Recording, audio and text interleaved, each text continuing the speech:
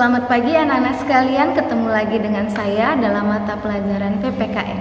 Minggu lalu kita sudah membahas tentang suprastruktur politik di Indonesia. Maka hari ini kita akan membahas tentang infrastruktur politik di Indonesia. Adapun tujuan materi kita mempelajari infrastruktur politik adalah agar anak-anak semua dapat menjelaskan seperti apa infrastruktur politik di Indonesia. Silakan buka buku paket PPKN halaman 79. Infrastruktur politik.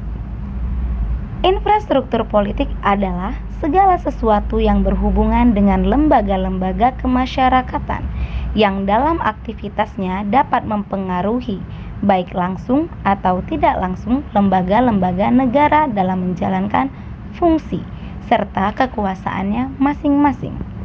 Infrastruktur politik adalah lembaga politik atau mesin politik non-formal atau wadah politik yang berperan secara tidak langsung dalam pengambilan kebijakan-kebijakan politik yang diambil oleh infrastruktur politik untuk menyampaikan pendapat atau inspirasi dari masyarakat.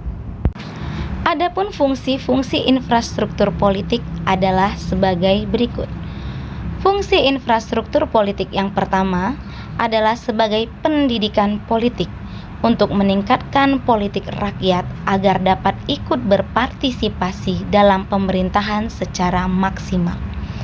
Yang kedua adalah untuk menyatukan kepentingan yang beraneka ragam dan nyata-nyata hidup di dalam masyarakat. Ketiga, untuk menyalurkan segala hasrat atau aspirasi dan pendapat warga negara kepada pemegang kekuasaan. Keempat, untuk menyeleksi kepemimpinan dengan menyelenggarakan pemilihan pemimpin. Dan yang terakhir adalah sebagai komunikasi politik dengan menghubungkan pikiran politik yang hidup di dalam masyarakat. Komponen infrastruktur politik. Yang pertama yaitu adalah partai politik, yaitu organisasi politik yang dibentuk oleh sekelompok warga negara Indonesia secara sukarela atas dasar persamaan kehendak dan cita-cita untuk memperjuangkan kepentingan anggota, masyarakat, bangsa, dan negara melalui pemilihan umum. Kedua, kelompok kepentingan, yaitu kelompok yang mempunyai kepentingan terhadap kebijakan politik suatu negara. Kelompok kepentingan bisa menghimpun atau mengeluarkan dana dan tenaganya untuk melaksanakan tindakan politik yang biasanya berada di luar tugas partai politik. Ketiga, kelompok penekan, yaitu kelompok yang bertujuan mengupayakan atau memperjuangkan keputusan politik yang berupa undang-undang atau kebijakan publik yang dikeluarkan pemerintah sesuai dengan kepentingan dan keinginan kelompok mereka. Biasanya mereka akan melakukan berdemonstrasi atau aksi mogok dan sebagainya. Yang terakhir adalah media komunikasi politik, yaitu sarana atau alat komunikasi politik dalam proses penyampaian informasi dan pendapat politik secara tidak langsung, baik terhadap pemerintah maupun masyarakat pada umumnya.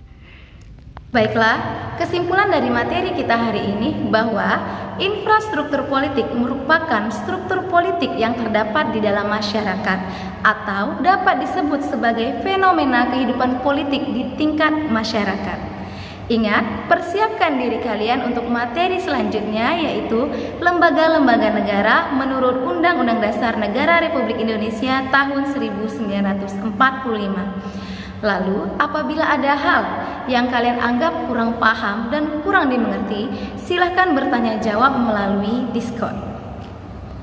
Ingat, tetap jaga kesehatan dengan mengikuti protokol dari pemerintah. Rajin-rajinlah mencuci tangan, hindari keramaian, makan makanan yang bergizi, dan jaga jarak. Terima kasih.